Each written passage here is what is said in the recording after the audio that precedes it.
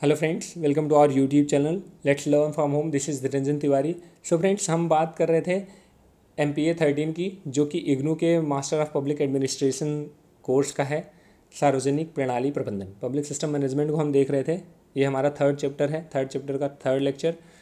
तो पिछले लेक्चर में हमने देख लिया है कि किस तरह से जो सार्वजनिक प्रणाली है भारत में, वो संवैधानिकता के साथ कैसे जुड़ी हुई है। संविधान में कौन कौन से ऐसे प्रावधान, ऐसे आयोग बनाए गए हैं जो सार्वजनिक प्रणाली के लिए जिम्मेदार हैं। तो हम उनकी ही बात कर रहे थे। उसमें हम कुछ के बारे में बात कर लिए थे और कुछ के बारे में रह गया था। अगर प्लीज़ आप नए हैं तो आप पिछली वीडियो में जाके उन्हें देख सकते हैं, समझ सकते हैं। ओके फ्रेंड्स, हम आप नेक्स्ट बात करते हैं भारत सरकार के महान्यायवादी, अटॉर्नी जनरल ऑफ इंडिया। चूँकि आपको पता है कि भारत सरकार के पास भी बहुत सारे केसेस हैं। आए दिन कोई ना कोई सरकार के ऊपर प्रश्न उठाता रहता है कि सरकार ऐसे काम कर रही है, वैसे काम कर रही है, ऐसे क्यों नहीं कर रही है, ऐसा हो रहा है। क्वेश्चन आप पूछते रहते हैं, आप न्यायालय में चुनौती देते रहते हैं। तो सरकार भी, अब सरकार की तरफ से कोई तो जाना चाहिए। तो सरकार की तरफ से जो पक्ष लेता है, जो सरकार का पक्ष रखता है, उसे हम अटॉर्नी जनरल ऑफ इंडिया कहते हैं, जिसे भारत सरकार का महान्यायवादी। ओके फ्रेंड्स, भारत सरकार का उच्चतम कानूनी अधिकार महाधिवक्ता, एडवोकेट जनरल होता है, जिसे महान्यायवादी, अटॉर्नी जनरल के नाम से भी जाना जाता है। यह संविधान के अनुच्छेद 76 के अंतर्गत भारत के राष्ट्रपति द्वारा नियुक्त किया जाता है। इसकी शैक्षणिक योग्यता भारत के उच्चतम न्यायालय के न्यायाधीश के समझ अच्छा होनी चाहिए। मतलब कि अगर इसके अंदर वो योग्यता है कि ये भारत का राष्ट्रपति बन सकता है, उसी को भारत का महान्यायवादी बनाया जाता है। इसे संसद की कार्रवाई में भाग लेने का अधिकार होता है, लेकिन वोट देने का नहीं। ये जाके बैठ सकता है, बात कर सकता है, लेकिन वोट नहीं दे सकता। भारत के न्यायवादी का मुख्य कार्य केंद्र सरकार को उन कानूनी मामलों पर परामर्श देना है जिन पर उसे सुझाव मांगे गए हों।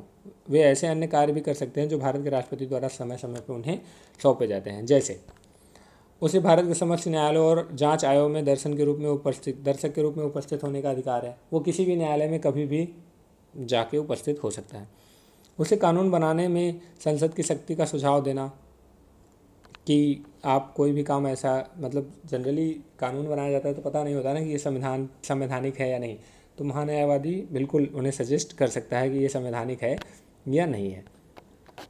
इसके अलावा उच्चतम न्यायालय अथवा किसी भी उच्च न्यायालय में ऐसे समस्त मामले जिसमें भारत सरकार की एक पक्ष होती है, उसमें वह राज्य के स्थान पर प्रस्तुत होते हैं। उसे न्यायालय के समक्ष संसद या इसके किसी अधिकारी के स्थान पर प्रस्तुत होने के लिए कहा जाता है।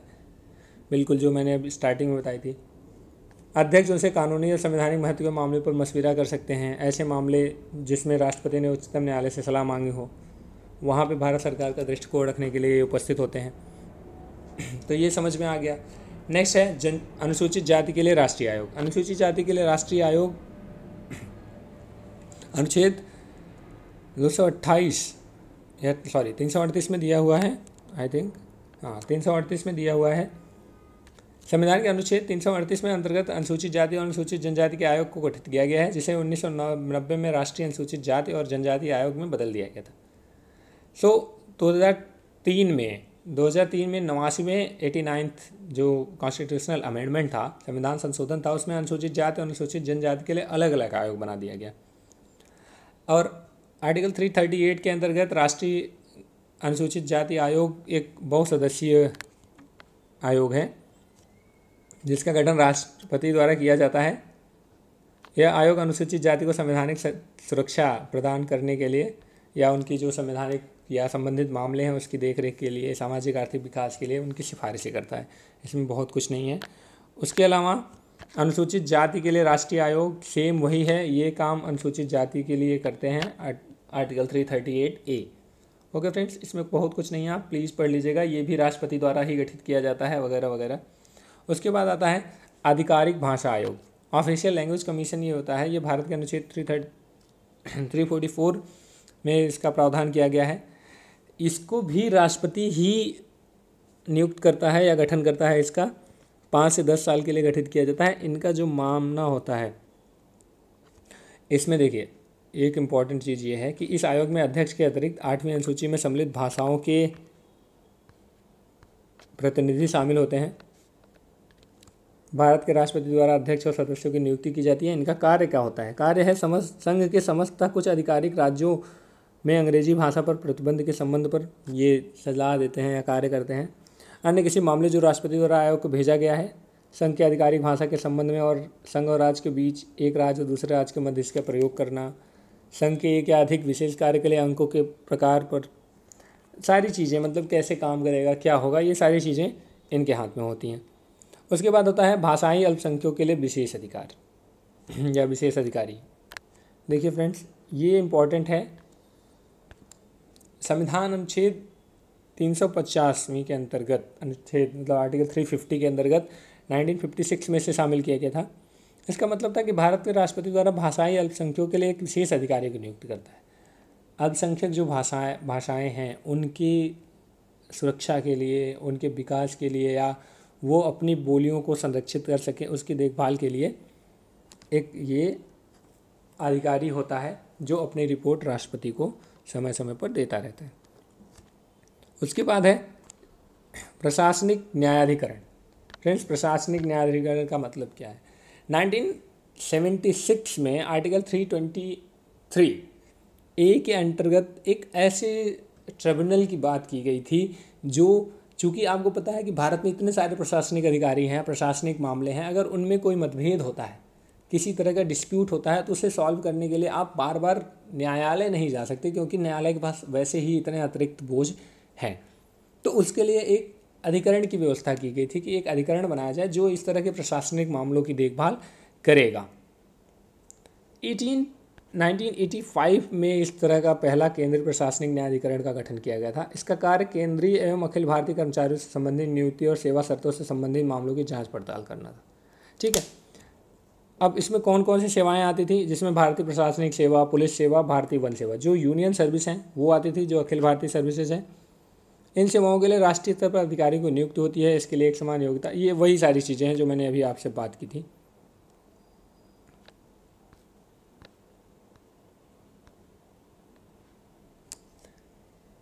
उसके बाद कुछ अन्य आयोग भी हैं। कुछ अन्य आयोग हैं, उनमें से कौन सा? राष्ट्रीय महिला आयोग है जो 1992 में बनाया गया था। इसकी जांच पड़ताल मतलब महिलाओं से संबंधित कोई भी नियम है, कानून है, उनसे सलाह मशविरा किया जाता है और उनकी मतलब सम्मान या महिलाओं से संबंधित जो भी चीज़ें हैं उनकी देखरेख ये करते हैं। और इनके पास इतना पावर होता है, ये अर्ध न्यायिक टाइप की होती हैं, इनके पास इतना पावर होता है कि वो किसी भी जेल में जाके कभी भी निरीक्षण कर सकती हैं। महिलाओं से के खिलाफ अगर कोई अत्याचार हुआ है या कहीं पर चीज़ें हैं, ज़रूरी नहीं है कि इनके पास वो रिपोर्ट आए ही, ये न्यायालय की तरफ स्वतः संज्ञान भी ले सकती हैं, एक जांच पड़ताल कर सकती हैं, सख्ती से उसे लागू करवा सकती हैं। जेल, रिमांड होम और जो जहाँ पर भी औरतें रखी गई हैं उसकी जांच पड़ताल या देखरेख कर सकती हैं। आर्थिक, उनके महिलाओं के सामाजिक और आर्थिक विकास के लिए अगर कोई योजना है तो उसके बारे में भी ये सिफारिश कर सकती हैं। उसके बाद है राष्ट्रीय पिछड़ा वर्ग आयोग। देखिए, national commission for backward classes, ये इसे भी अब संवैधानिक का दर्जा दे दिया गया है 123वें संविधान संशोधन के जरिए। इसमें फ़िलहाल वो नहीं दिया गया है। अनुसूचित जाति और जनजाति आयोग जो इस तरह से काम करता है उस तरह से ये भी काम कर सकता है, बस बशर्ते कि वो SC ST जात कास्ट के लिए होते हैं, लेकिन ये OBC के लिए होते हैं। आप देख लीजिए, इसमें कुछ भी नहीं है। भारत के राष्ट्रपति द्वारा इनके सदस्यों की नियुक्ति होती है। इनमें से अधिकतर निकाय और संस्थाएं सरकार को अपनी रिपोर्ट भेजने का काम करती हैं। ये रिपोर्ट संसद के दोनों सदनों के समक्ष राज्य विधानसभा में प्रस्तुत होते हैं। भारत सरकार के महान्यायवादी, चुनाव आयुक्त और राज्य के महाधिवक्ता जैसे अधिकारी अपने कार्यों को कोई रिपोर्ट नहीं भेजते। मतलब कि ये जो है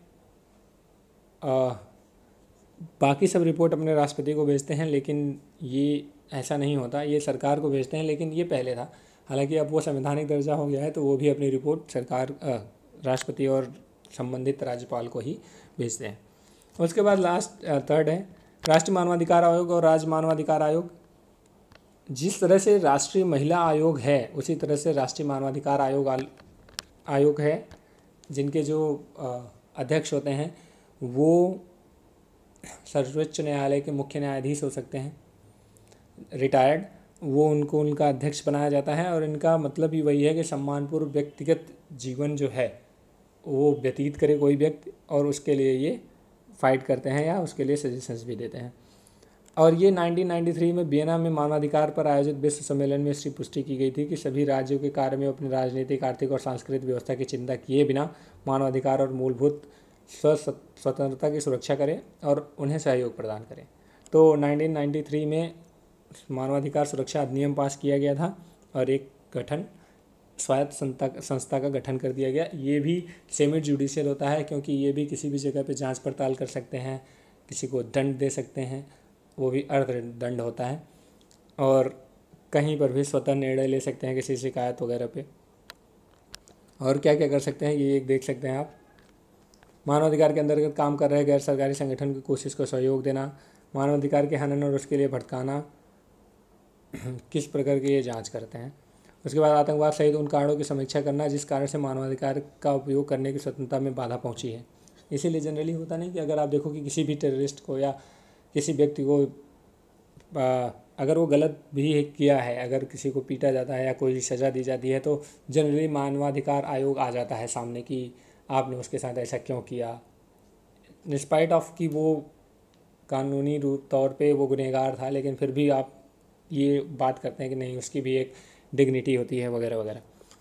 किसी सरकारी कर्मचारी द्वारा ऐसे हनन को रोकने में लापरवाही की शिकायत दर्ज करना, तो ये सारी चीज़ें ऐसे इन सारी चीज़ों के लिए ये काम करते हैं। अब यहाँ देख लीजिए, किसी न्यायालय में लंबित मानवाधिकार हनन के आरोप के मामले में न्यायालय की आज्ञा से हस्तक्षेप करना। ये न्यायालय की आज्ञा से न्यायालय के मामले में भी हस्तक्षेप कर देते हैं, चाहे वो न्यायालय में उसका डिसीजन हुआ है या नहीं हुआ है।